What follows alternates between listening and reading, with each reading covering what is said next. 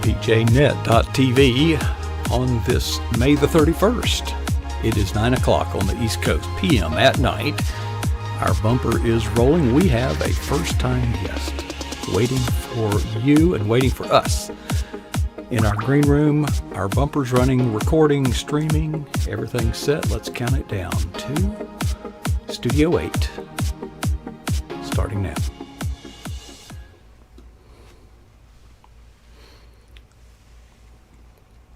Well, good evening. Welcome. This is pjnet.tv.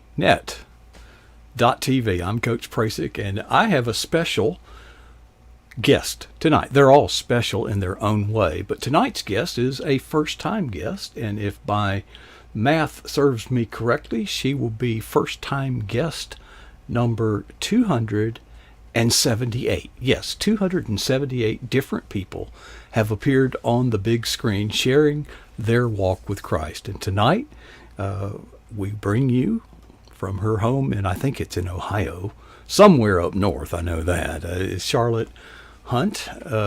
Charlotte, thank you for joining us. I've got to kind of apologize to you. Folks, you don't know, but this episode has been scheduled a total of 4 different times. Now, Charlotte originally chose a date and time, and I told her, I said, no, that's Memorial Day. You don't want to do that, do you? And she said, okay. So she picked another date, which was a Friday, which we don't do broadcast, and then another. And that, well, the date, as you can tell, that we settled on was May 31st at 9 p.m., which was, by the way, the original date that she had chosen that I errantly thought was Memorial Day. So, Charlotte, it's been a journey to get here, but life has many journeys, and you have an incredible story that I'm going to pick up. I guess it's somewhere in the middle, I guess at a turning point for you, although there's been several phases in your journey, but the turning point was damaged goods. Having a pastor, you go to a pastor for some biblical counsel, and you're told you're damaged goods, and God can't use you. That must have been crushing. It was crushing, but also for me, it was a relief, surprisingly, because of where I came from. And if you know anything about my story or read my first book, I had believed that, because I had experienced sexual abuse from the ages of 18 months until 16 years old, from 7 perpetrators, sexual abuse, as well as physical and emotional abuse. And so I already felt so much worthlessness. I didn't know, because of the time that all this was going on back in the 80s, and I'm dating myself right now, that it was called sexual abuse. I just knew that I was feeling strange, and no one in my family was talking about it. We were just sitting down to breakfast. And again, we weren't talking about it. And so I went to the pastor, and I was saying, I was asking, okay, I'm feeling that I need to earn God's love. And the pastor said, I just need to let you know, Charlotte, that you're damaged goods and God's never going to use you. And again, I felt a sense of anger, but I also felt a sense of relief. A relief that, oh, you know what, God, you're just like my mother. You're just like my mother, that I have to earn the right for your performance. I have to perform for you just like my mother. So I now have that control. I now have to work hard enough for you. Okay, so I'm going to be a good girl. I'm going to perform well enough for you. And so that's what I did. I did everything that I could. I did off-Broadway and music and, just all these different things that I could in order to try to be a good enough girl. I was in jazz. I was the only vocalist in the jazz department. And then I realized, well, hey, you can't be a jazz performer and be a Christian. And so I gave up my Blue Note jazz collection. And I was doing all these things thinking, okay, that's what God wanted. And so, of course, it took time to realize, okay, that's what I'm thinking God wants. But what does really God want? And so you can't really perform for God. And again, it took time. And so, again, I was just jacked up in my thinking. But again, God is God. He allows us to work until we get to the end of ourselves to realize, okay, that's what we want, but that's not what God wants. I was amazed or impressed or something. You said that you attended church with, I guess, some regularity, but you got into this theatrical thing as a way that you could pretend Yeah. and sort of live out some sort of fantasy that your life was, well, okay. Yeah. But you even mentioned that if those that attended church with you would never have known, because this was another pretending exercise. Yeah. Yeah. Yeah. And again, for me and for any, probably a lot of people who are abused, a lot of the feelings that we have, there's this mask, this mask that we wear of pretense, Mm-hmm. of I'll speak for me, of living this life of I am I'm not good enough. And so for me, I would go to church and feel I'm not good enough. And so, be it theater, and again, for me, theater was another way to perform. On the outside, I could be this actress. I could sing. I could do all these things, and I could get love from Mm-hmm. my audience. I could get love pretending that I'm someone else, and that's the joy that I got from doing that. But yet, when I got off stage, now I had to deal with being Charlotte, and who wanted to just deal with Charlotte. It was just being that person on stage that I could be somebody else. And so church for me, one, because I didn't actually have a real relationship with Jesus. And the church that I attended, it was a church where I didn't know about Jesus. I knew about the performance, and no criticism to the people that were there. It was it was just a place where, for me, I was not being taught about Jesus. I was being taught about the gossip, the you go there for cookies. Okay. Well, Charlotte, it looks like our video has frozen up and I don't hear you anymore either. I'm going to just kind of wait a minute and see if, I don't know if you can hear me or not. And I think what I'll do is reset our connection. Experience, but Oh, there for we go. me, I You came back. okay. I think we froze up there for a second. Yeah. In fact, I don't know if we went over the little thing where you can mute your video. There's a little video icon. If you'll just Okay. mute it momentarily and then unmute it, if you can find Okay. that, it's on the screen. I don't know if we did that exercise during our test or not, but No, you it's did it's not. clearing itself up. But anyway, Okay. you were commenting about church, Mhm. and you were also commenting about the love that you felt in your theatrical and performing. And I would not deny that you felt that. I would more describe it as affirmation. Mhm. But unfortunately, too many times, church is just another place that, just like the world, it's performance based affirmation. And that's not the love that Jesus taught us Right. and exhibited for us. Let me fast forward a moment. Mhm. That was a turning point, sitting in front of your pastor and being told that you're damaged goods, and you turned that in. That may have crushed most people, but it didn't crush you, obviously. Yeah. Yeah. You turned that around, but later, or maybe along the same time, you're making your way. And I was looking at some of the achievements that were on your bio. You you made a difference. You had what the world had to offer. Well, you know what? I would love to say, like so many people say, well, you know what? I'm a self-made woman. I would love to say that, but I can't. The beautiful thing about my story, and that I think is a big thing of what I'm about. I don't pride myself on the wonderful things that I've done. Yeah, I can say, yes, Charlotte was an international, a runway model, and radio personality, yeah, I've done all these things, and that's great.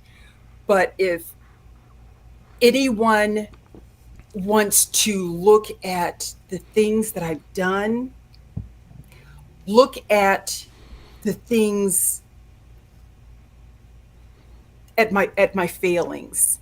And I say that because the failings are the things where the Lord showed me that he was enough. Those are the things where the Lord said, you know what, Charlotte, it's not about you. It it's about where you have come to the end of yourself to see that I'm enough. It's where the Lord showed me that, yeah, you might have seen that you, because of your experiences, might have felt worthless, but your identity wasn't in the things that the pastor saying you're damaged goods and all like that. Your identity is in me being Christ. Your identity is in me going to the cross. And so the Lord, where it says in, talking about Joseph, that yeah, that the enemy might have meant it for evil, but how he has turned my life around, not because of the modeling and all like that stuff that people applaud. That my joy is because of the things that I have failed at, the things where the poverty, sleeping in the car, of the hopelessness, of the 7 suicide attempts, of that, where I saw that, Lord, you are more than enough, that my life is in you, that I had come to the end of myself and found that you're all that I need. That is the story. And I think because so many people, especially today, who have gone through abuse, who have gone through poverty, who have gone through hopelessness, homelessness, who have gone through so many things, and who have shared that part of my story, who can say, but God, are you out there? God, I'm struggling, I'm suffering. Are you enough? That to me is my story. That's the joy. That's the part where my hope and my pride is in, not all the accolades, the joys, the teaching, and all like that stuff. That is the joy of my story. And the fact that, yeah, the pastor called, me damaged goods, and I had the suicide attempts, but how God has turned my life around. And that same pastor who said that is the same one when, where I came back to the church when situations happened with his friend, who had a sexual abuse situation. And so again, it's that humor of the Lord, how he'll take something and he'll go, okay, you say that now, but now she's the very person I'm going to use to come up and help you. So again, I love my story because God, and this, the Bible is full not of tough, strong, perfect people who have together. It's full of knuckleheaded, jacked up, tore up from the floor up people who people go, really? You're going to use that murderer? You're going to use that harlot? You're going to use that thief? And God goes, show you're right. That's who I use. The most unlikely people, so that you can see you're the exact person that I'm going to use. And I love that about the Lord. You've said 3 times, I believe, coming to the end of yourself. Yeah. And for all the accolades and all that the world had to offer, I'm going to read you a quote. I'm going to see if you can figure out who said this and what they meant. God, you've got to let me die, or you've got to show me how to live. Yeah. That's me. That's me. That was on the morning of my 7th suicide attempt. When I wasn't trying to. There are some people who, okay, they're taking, overdoses, but they're calling somebody at the last minute to come and save them. I wanted out. I had cleaned my house. I had, made sure I had something nice on so that when, the paramedics found me, I looked cute. I wanted out. I wasn't playing. I wasn't calling anybody. I wanted out. But yet, no matter what I did, no matter how many pills I took, no matter what I did, God would not let me die. And so on the morning of my 7th suicide attempt, I was pissed. I was mad. And so I remember yelling and screaming to God, you had better let me die. Like I'm threatening him, right? You had better let me die. Or you need to show me how to live. You need to talk to, I always tell him, you need to talk to me like a 2-year-old. You need to make it simple, so simple to me that even I can understand it. Or you need to let me die because this is crazy. And so it wasn't a wake-up call, just like I said in the 700 Club promo or interview. It wasn't a wake-up call for him, but it was a thing where he's saying, okay, Charlotte, cool. Now I got your attention. Now we can talk. Because now you're ready, you're stuck, you're ready to be, stuck, getting stuck off stupid. Now I can talk to you. Now I've got your attention, Charlotte. Now let's talk. Well, apparently it worked. Yeah, and it worked. And it worked. And it worked. And it was a process of me starting to read the Bible, and it was a process of me going. It was the first time I was realizing, okay, he's not letting me die. So there is something that he's trying to tell me that he wants me to live. So I need to figure out why he won't let me die. Because I was smart enough to realize he's not letting me die. So there's a reason. There's a reason. Okay, Lord, got my attention. You got my attention. And I presume this all factored in. We've put it on the screen, charlottehunt.com. If you go there, you'll find a lot of stuff, like your blog, which you seem to be pretty regular at. But your book is Why Me, If They Only. Yeah. And you have had a journey, and you are now sharing what you've learned in your journey, and hopefully some of the people will not have to learn. You're hard-headed, aren't you, Charlotte?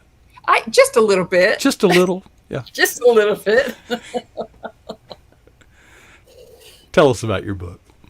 Well, this is came out. What is today? Just came out today. This is my 11th book. And it is called Why Me, If They Only. And it is basically kind of an answer to what is happening lately with the pandemic and like this. And it's that question that a lot of us, especially Christians, are asking. It is with God, with all the suffering, with all this, why me? Why am I going through the pandemic? Why did my child die? Why am I suffering? Why did I lose my job? Why? Why is my heart break? Why?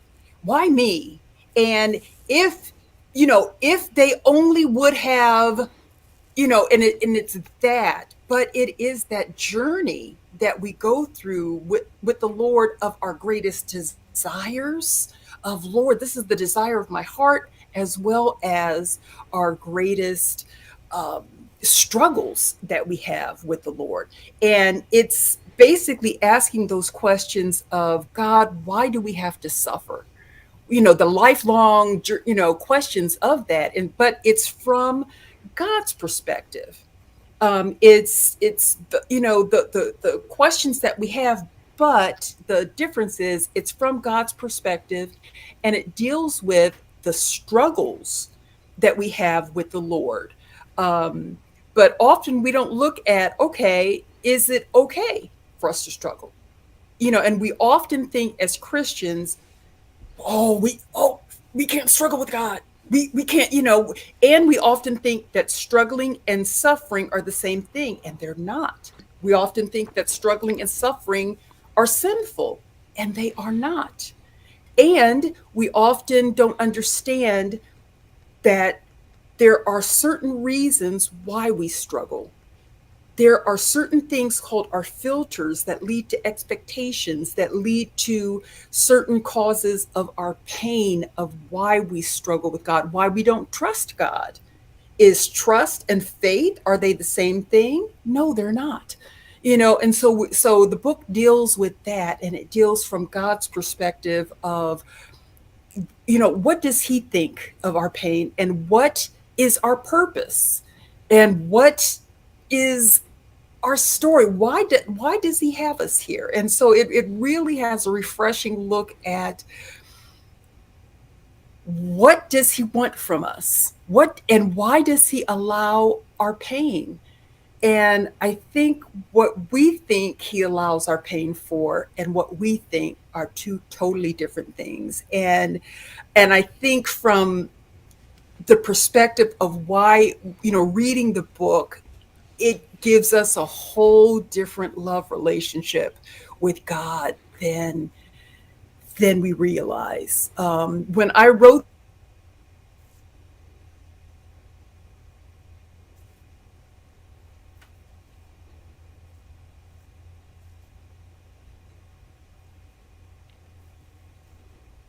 Okay, we're kind of waiting on Charlotte's connection to kind of clear back up the again. book, one, There we go. this is where I told Susan Ramsey, who wrote the foreword for me, that I had to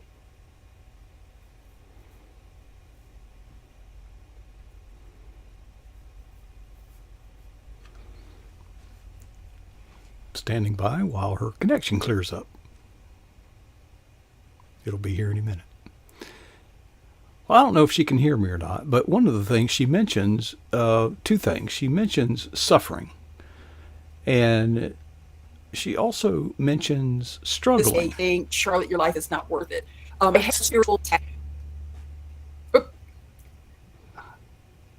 Okay.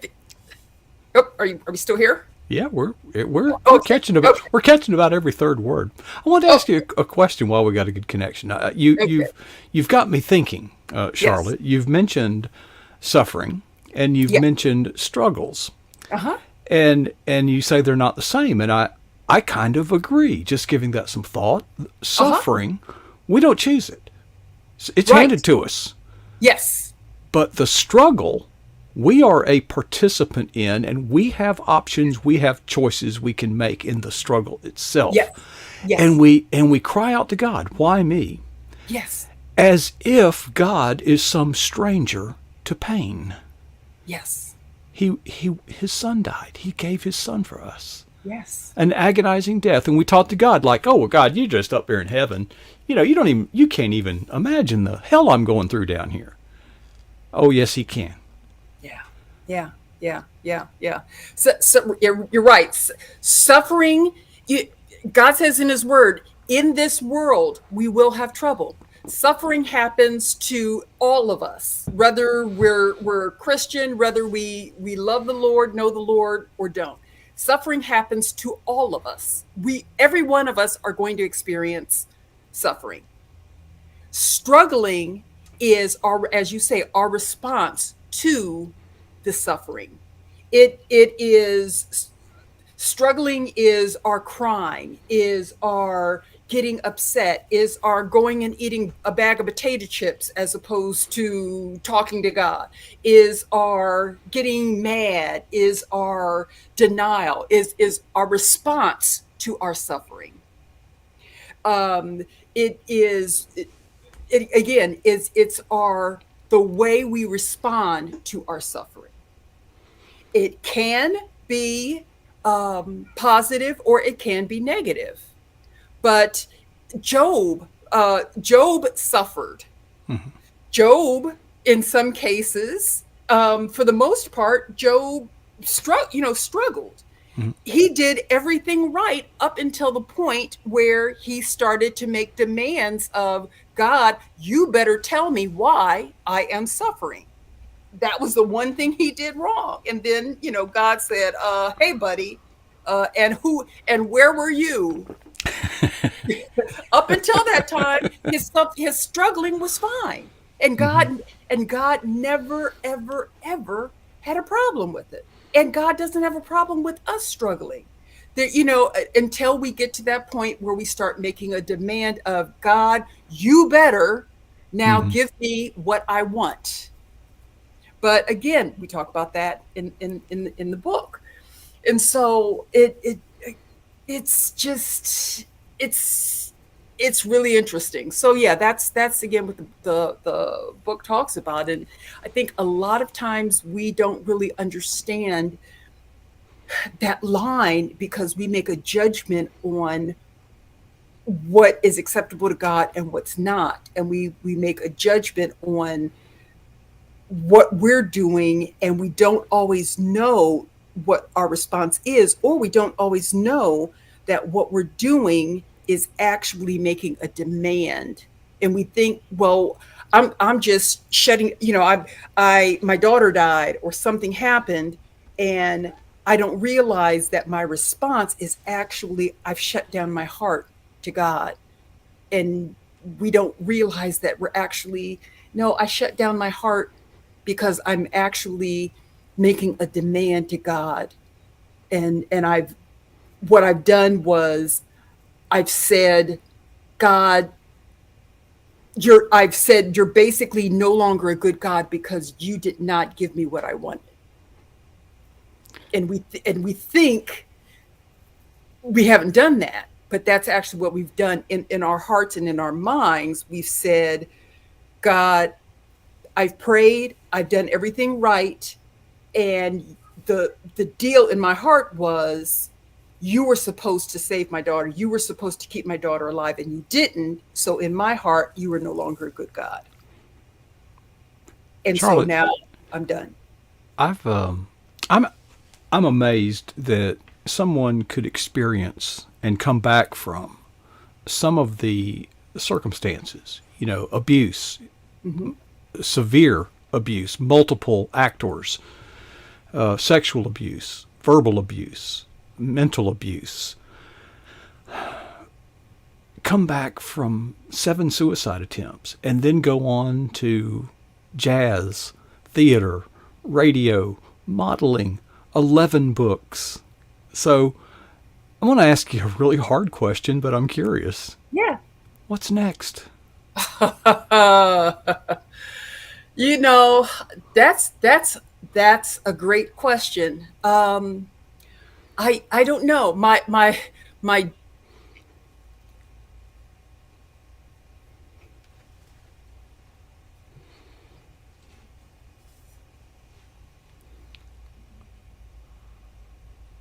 is I want to be the John Grisham of books, of being able to be his writer. Um, I don't know if that will happen, but that I want to be, as Paul said, I want to be apprehended for that which he has apprehended me for. Well, I'm inspired and encouraged, and I hope that people that see and hear this understand what you have come back from. I think is illustrated in the scripture that comes to my mind, and Paul talks about finishing strong. Yeah. And Yeah. folks, it doesn't matter where you're at right now or how late it is. It's never too late to do the right thing, and we can always finish strong. Yeah. And I remind myself that no contest, no race, no golf tournament, no nothing is ever decided at the start That's or right. at the middle or even at the very end. It is measured only at the finish line. Folks, you can restart. Yes. God, no matter what you've been through, even if you don't understand, maybe you don't trust entirely right now, That's right. but God is right there. And together, with God's help, we can finish strong. Charlotte, your life and your testimony and your career are evidence to that testimony, and we appreciate you sharing that with us. Charlotte, I don't know what's next for you, but I got a feeling that you're not done. And I just appreciate you sharing your story with us here tonight. We love you and we thank you for being generous with your time tonight. And hopefully your story will inspire others. And we hope to see you again in not too long here on Amen. pjnet.tv. Thank you so much, Charlotte. Thank you. All right. Charlotte Hunt here on pjnet.tv. If that doesn't encourage you, check your pulse. Okay. That's what an amazing story. But we serve an amazing God. And amazing. I have many things that push me. Because I'm getting older, I'm kind of in the fourth quarter, that urgency. But there are two questions that always loom in my mind that have kept me going. I'd like to share them with you. Maybe they'll help you too. Here's the two questions. I'll start with the first is, what is the boldest thing that you've ever done for Jesus Christ? And the second question is, how long ago was that? And no matter what your answers, the challenge is to never be satisfied with either answer.